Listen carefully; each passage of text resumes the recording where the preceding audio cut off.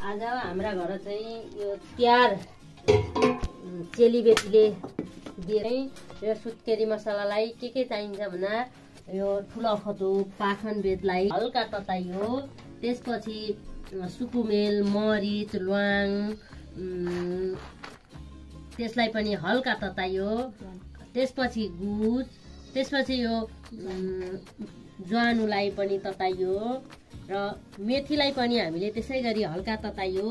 राम्ररी नडढाइकन हल्का तातो भएपछि निकाल्यौँ र यो काजु, बदम, किसमिसलाई पनि त्यसै गरी तताइयो र छोगडालाई पनि तताइयो। यो चाहिँ सुप चम्सुलाई त्यसै गरी तताइयो र यो ओखरलाई पनि फुटाएर हामीले यसलाई पनि हल्का तताएर यो सबै चिज मिक्स गरेर मिश्री त्यो दुवैलाई मसिनो पारेर मिक्सचरमा पिसेर अब अलिअलि हामीले पिठो पनि राखेर बनाउन लागेका छौँ। यो पिठोलाई पनि यो ओखलीमा कुटेर मसिनो पारेर पिठोलाई पनि हामीले राखेका छौँ। त्यो पिठो चाहिँ यसलाई हल्का भुटेर सधैँभरि प्रयोग गर्ने नगरेर यो मसला चाहिँ भुटेर सबै थोक हालेर मिक्स गरेर दुधमा पकाएर राख्यो भने सधैँलाई हुन्छ। घिउ, दुध र हल्का हामी तेल पनि राख्छौँ। त्यसलाई राखेर पछि खाने गर्ने गरेर त्यसलाई चाहिँ राख्छौँ। हामीले यो काँचो सामग्रीलाई अहिले देखाएका छौँ। केही बेर पछि हामी भिडियोमा फेरि पकाएर पनि देखाउने छौँ। यसलाई धन्यवाद। हामीले ओखलमा मिल्ने जति सामग्रीलाई एकै ठाउँ मिक्स गरेर भुट्दैछौँ।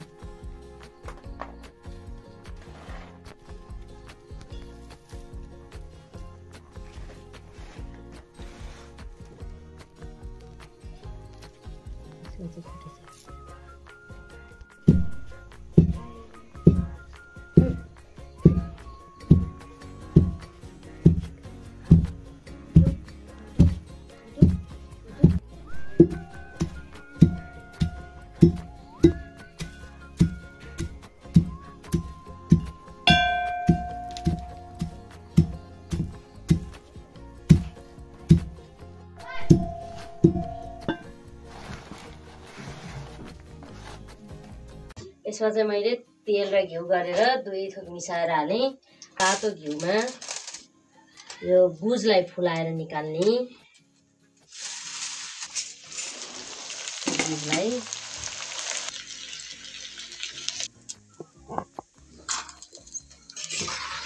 चाहिँ यसरी ठुलो खतो पाखन बेत, ल्वाङ, सुकुमेल, मरिच सबैलाई ठुलो बनाएर फुटेर यसलाई हल्का भुटेर रातो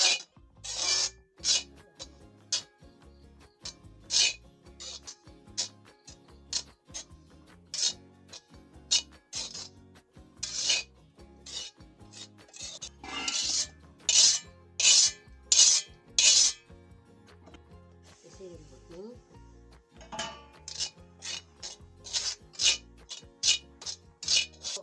पाखन बेत यसलाई सर फुलाएको छ, सर रातो हुने भुटेको छ।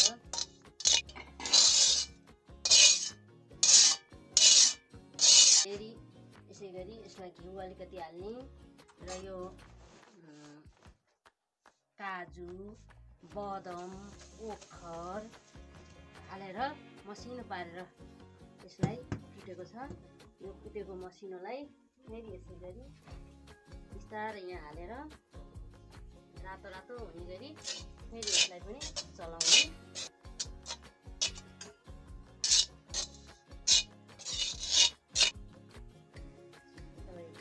रातो भइसकेको छ। यसलाई पनि बिस्तारै निकाल्ने।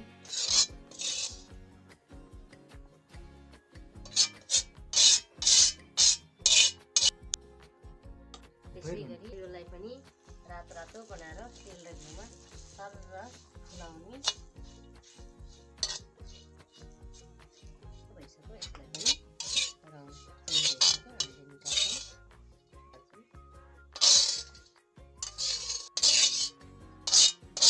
फेरि यसलाई घिउ थपियो,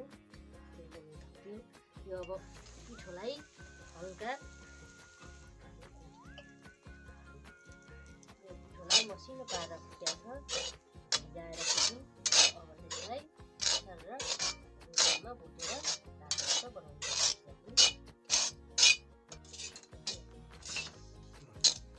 अब पिठा कलर पनि रातो रातो हुन लाग्यो पाके जस्तो हुन लाग्यो अब यसलाई पनि निकालेर हामी भाँडामा निकाल्छौँ हामीले यसलाई निकालेर छुट्टै राख्छौँ यो पिठो मिठाको चाहिँ धेरै लामो समय बस्नु सक्दैन 10-15 दिनलाई मात्रै हुन्छ भयो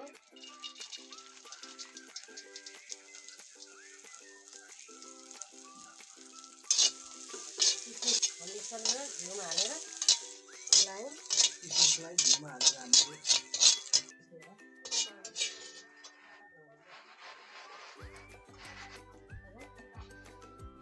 अब हामीले सबै यो मिक्स गरेको सामानहरूलाई चाहिँ हामीले मसिनो सकभर मसिनो बनाउँछौँ ताकि हामीले सबै फ्राई गरेर बनाएका चिजहरू पिसेको चिजलाई हामीले घिउ तेलमा तताको घिउमा फेरि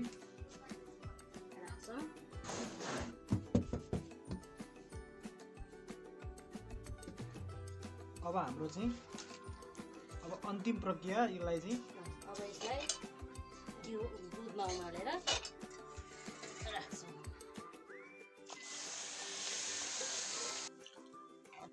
कम्तीमा 3 लिटर दुध राखेका छौँ यो सामान अलि थोरै नै बनाएको छौँ यो भोलि खानको लागि आज खानको लागि चाहिँ हुन्छ 2-4 दिनलाई 15 दिनसम्म चाहिँ यो हुन्छ धेरै लामो समयको लागि चाहिँ हामीले यसरी यो एकै ठाउँमा सबै थोकलाई भुटेर यो मसला बनाएर प्याक गरेर राखेका छौँ यो चाहिँ अब 2-3 महिनापछि बनाएर खान्छु भन्न नि मिल्छ भनेर यसरी यसलाई चाहिँ मिलाएको र यो बाँकी चाहिँ हामीले एकै ठाउँमा हाल्छौँ अब यो घिउमा बकबकी उमालेपछि खाना लागेको हुन्छ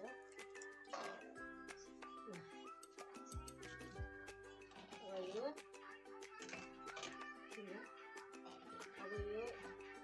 हामीले बनाइसकेपछि यो औषधिमा हामीले आवश्यक अनुसार मिस्टीको मिक्सरमा पिसेर मिस्टीको धुलो यसरी राखेका छौँ आवश्यक अनुसार यो कति खाने त्यही अनुसारले हालेर बनाउनु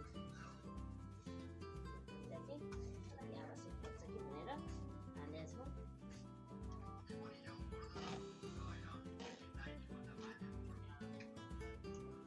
सक्खर पनि पाक्ने जग्गामा